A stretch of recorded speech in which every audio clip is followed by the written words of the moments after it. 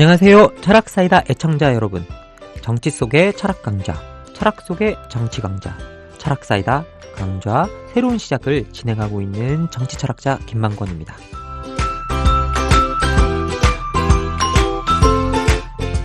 오늘은 지난 시간에 이어 자유주의 역사 두 번째 시간입니다. 그리고 두 번째 단계인 수정자유주의와 세 번째 단계인 합의와 토론의 자유주의에 대해서 알아보려고 합니다. 우선 수정자유주의가 등장하게 된 배경부터 살펴보겠습니다. 19세기 중葉까지만 해도요, 자유주의 경향은 사적 영역과 경제활동에 국가가 간섭하는 일을 최소화하려고 했습니다. 최소국가, 소위 말해서 야경국가죠. 야경국가를 지향하던 자유주의의 경향이 변화를 맞게 된 건 1870년 이후에요. 독일에서 민족주의가 출현하게 되면서부터입니다. 이 당시 독일은 자국 산업을 보호하고요, 국가를 부강하게 만들려는 방책으로 관세 장벽을 도입했고, 또 동시에 군사력까지 강화하고 국력을 키워나갔는데요. 이 와중에 국가 복지 체계를 도입합니다. 이에 다른 국가들, 특히 패권적 지위를 당시에 확보하고 있던 영국은 약간 당황할 수밖에 없었죠. 부상하는 독일의 위협에 대응해서 독일의 전례를 따를 수밖에 없게 되었던 겁니다. 그래서 이렇게 보자면 독일의 본래 의도가 어떻게 되었든 자유주의가 새로운 계기를 맞게 되었습니다. 그리고 수정자유주의가 더욱 제 모습을 갖추게 되었던 건요, 20세기 자유주의의 역사 때문입니다. 20세기 자유주의의 역사는 한마디로 다른 이념들과의 투쟁의 역사였습니다. 이 볼셰비키 혁명 이후부터요, 소련의 종말까지 사회주의와 맞서 싸워야만 했고, 한편으로는 나치즘이나 파시즘 같은 국가사회주의와 또 맞서 싸워야만 했습니다. 특히 이 사회주의와의 투쟁 속에서 개인들에게 평등한 삶을 보장하는 것에도 눈을 뜨게 된 건 자유주의로 봐서는 아주 큰 성과라고 할 수가 있습니다. 이 가운데 자리 잡은 수정자유주의의 핵심을 한마디로 요약해본다라고 한다면요, 부자유의 제거라고 할 수 있습니다. 고전적 자유주의에서 자유는 의도적으로 어떤 제약이나 강제가 부여되지 않는 그런 상태를 말한다고 했다면요, 수정자유주의에서 자유는 모든 가치 있는 행동에 방해가 되는 모든 부자유와 장애물을 제거하는 것이었습니다. 그럼 가치 있는 행동을 방해하는 부자유란 도대체 뭘까? 이렇게 질문하실 수 있을 것 같아요. 바로 가난, 질병, 기근, 기아와 같은 것들이 여기에 해당됩니다. 예를 들어서 여러분이 아주 좋은 재능을 타고났고요, 그것을 스스로 잘 다듬을 수 있는 능력이 있다고 한번 가정해 봅시다. 그런데 여러분이 태어난 가정이 만약 여러분에게 적절한 교육의 기회를 주고 건강하게 자랄 수 있도록 보살필 여유가 전혀 없다고 한다면 여러분의 재능은 한 번 꽃 피워보지도 못하고 생을 마감하게 될 수도 있을 겁니다. 이때 가난은 바로 여러분의 자유의 실현을 이렇게 부여잡는 부자유가 되는 것이죠. 그래서 수정자유주의는 이런 부자유들을 국가가 제거해야만 한다라고 주장합니다. 이러한 요구는 고전적 자유주의가 지향했던 제한국가, 야경국가라는 틀을 완전히 깨워버리는 주장입니다. 개인들을 질병이나 가난 등으로부터 보호하기 위해서 국가가 사회보장이나 의료보험과 같은 복지체계를 구축해야만 하기 때문입니다. 이런 복지 지향은 국가의 역할을 자연스럽게 확장시키고 정부의 크기도 또 자연스럽게 확장시키게 되겠죠. 그리고 복지체계가 비대해질수록 국가도 비대해지는 결과를 낳게 됩니다. 이로 인해서 국가가 때로는 지나친 권력을 행사할 수 있는 힘을 갖게 되는데요. 이것은 현재 많은 신자유주의자들이 복지를 반대하는 하나의 근거이기도 합니다. 이렇게 발전된 수정자유주의는 사실 현재에도 그 유효성을 계속 가지고 있는데요. 다만 그 고민의 내용이 보다 풍부해졌을 뿐입니다. 이제 더 이상 복지 체계를 형성하는 일 그 자체를 두고 이것을 거부하는 자유주의 국가는 없습니다. 다만 어느 정도의 범위까지 어떤 방식으로 제공하느냐의 차이가 있을 뿐이죠. 이런 수정자유주의를 이끌었던 이들이 바로 여러분들이 너무나 잘 아시는 존 스튜어트 밀, 그리고 호프하우스, 그린과 같은 사상가들이었는데요. 이들 사상가들 영국에서는 뉴 리버럴리즘이라고 부릅니다. 그러니까 여러분 지금 신자유주의는요 네오 리버럴리즘이거든요. 근데 영어에서 뉴 리버럴리즘이라는 단어가 나오면 네오 리버럴리즘을 잘못 쓴 게 아니에요. 뉴 리버럴리즘과 네오 리버럴리즘은 사실은 완전히 상반된 뜻을 가지고 있습니다.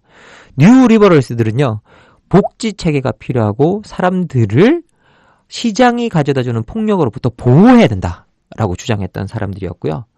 그리고 사람들이 자유를 실현하는 데 있어서 그 부자유를 제거해줘야만 된다라고 주장했던 인물들이었던 반면 지금의 네오 리버럴스들은 완전히 이 사람들의 주장에 반대되는 길을 가고 있는 사람들입니다. 자, 이제 세 번째 단계로 넘어가 보도록 하겠습니다. 세 번째 단계에 해당하는 당대 자유주의를요, 사실 제가 이름을 붙이는데 상당히 고민이 좀 들었습니다. 이 고민하다가 토론과 합의의 자유주의라고 이름을 붙였는데요. 이렇게 장황하게 이름을 붙이게 된 데는 좀 이유가 있습니다. 이 형태의 자유주의를 설명할 수 있는 용어가 아직 공식적으로는 존재하지 않고요. 또 토론 자유주의다 이렇게 이름을 붙이자니 합의에 대한 강조가 좀 빠지는 것 같고 합의 자유주의다 하다 보니 토론의 중요성이 약해지는 것 같이 보여서 어쩔 수 없이 제가 선택해본 이름이 토론과 합의의 자유주의입니다. 그러니까 여러분은 부디 2단계의 자유주의, 지금 당대의 자유주의가 토론과 합의를 중요시하는 단계로 들어갔구나 라고 생각해 주시면 좋겠습니다. 그래서 토론과 합의의 자유주의는요, 한마디로 말하면 지금 현재 그 자리를 잡아가고 있는 중이다. 뭐 이렇게 표현할 수도 있겠습니다.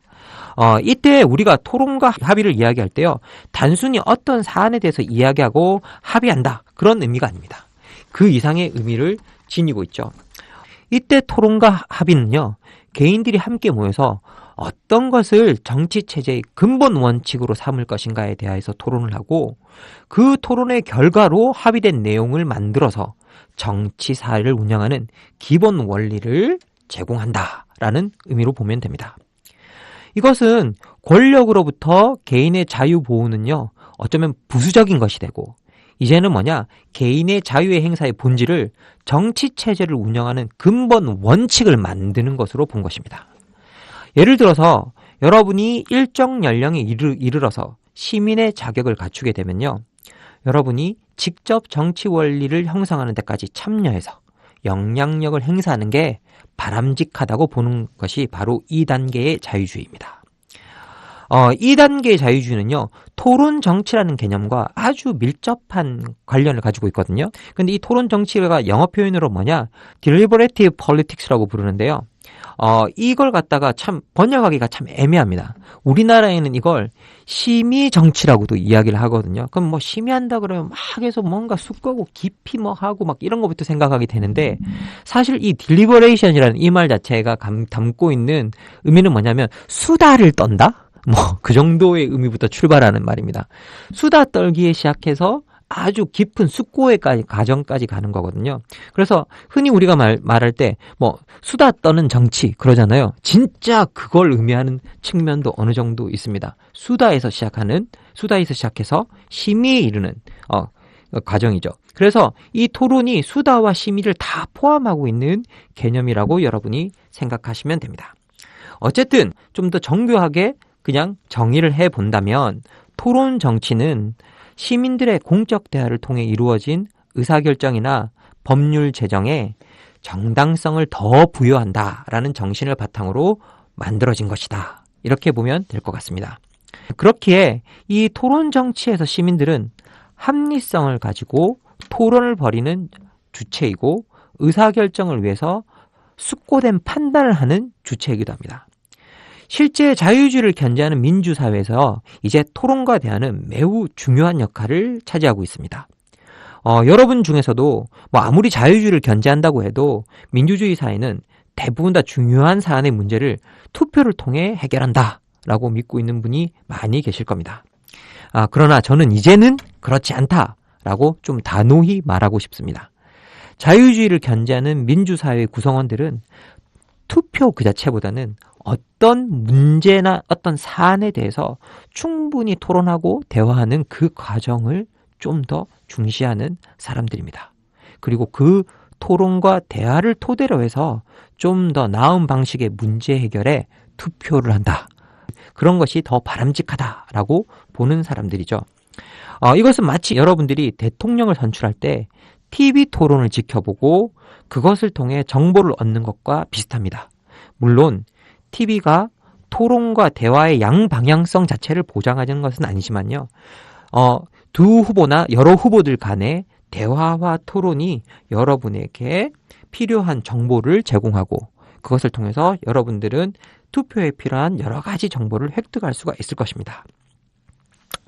토론과 대화는요, 의견을 교환하는 것도 목표이긴 하지만 그 본질적인 것은 내가 가진 정보보다 보다 나은 정보를 획득하는 것도 아주 중요한 목적입니다. 그래서 자신의 견해보다 나은 정보를 냈을 때 공적인 것을 지향하는 시민들은 그런 정보를 수긍하고 받아들인다는 거죠. 그러므로 자유주의를 견지하는 민주사회에서 대화와 토론은 투표보다 훨씬 본질적인 것이라고 할 수 있습니다. 이런 토론 정치를 이끌고 있는 대표적인 학자들을 대보라라고 한다면 정치 철학을 조금만 더 공부했다라고 하면 다 알고 있는 이름이죠. 하버마스와 롤스를 들 수가 있습니다. 자, 지금까지 수정 자유주의와 토론과 합의의 자유주의에 대해서 알아보았습니다. 수정 자유주의가 이미 상당 기간 동안 작동하고 있는 것이라면 토론과 합의 자유주의는요, 우리들이 그 구체적 내용을 만들고 이에 따라 만들어가고 있는 일종의 모델에 훨씬 더 가깝습니다. 물론 현실에서 우리가 목격하고 있는 것은 국가의 도움을 받아서 귀환한 신자유주의입니다. 그러나 여전히 많은 이들이 수정 자유주의 정신을 물려받아 활동하고 있습니다. 우리가 미국에서 보면요, 대표적인 인물들이 빌 클린턴, 그리고 지금 현재 대통령인 오바마 등이 아주 대표적인 인물이라고 할 수 있습니다. 그리고 이들에게 토론과 합의는 자신들이 추구하는 부자유의 제거에 중요한 수단이기도 합니다. 두 사람 다 토론의 달인들이죠. 연설의 달인들이고요. 오늘 강의는 이런 수정자유의 정신, 부자유의 제거라는 멈출 수 없는 이상이 돋보였던 오바마가 힐러리 클린턴을 지지하기 했던 연설의 한 구절로 끝맺어 볼까 합니다. 저는 오늘 밤 이 자리에서 아직 우리에게 할 일이 더 많다는 것을 말씀드리고 싶습니다. 좋은 일자리나 임금 인상, 유급 휴가나 괜찮은 은퇴 설계가 필요한 모든 사람들, 빈곤에서 탈출하기 위해 더 단단한 사다리나 세계적 수준의 교육이 필요한 어린이들, 지난 7년 반 동안의 진보를 아직은 체감하지 못한 모든 사람들을 위해 할 일이 더 많습니다. 우리 거리를 더 안전하게 만들어야 하고 사법체계를 더 공정하게 바꿔야만 합니다. 우리의 조국이 더 안전하고 우리의 세계가 다음 세대를 위해 더 평화롭고 지속 가능할 수 있도록 만들어야만 합니다. 우리의 미합중국은 아직 완벽하지 않고 우리 모두는 신의 눈에 평등하고 자유롭게 창조되었다는 우리 건국 이념을 아직 다 실현하지 못하고 있습니다.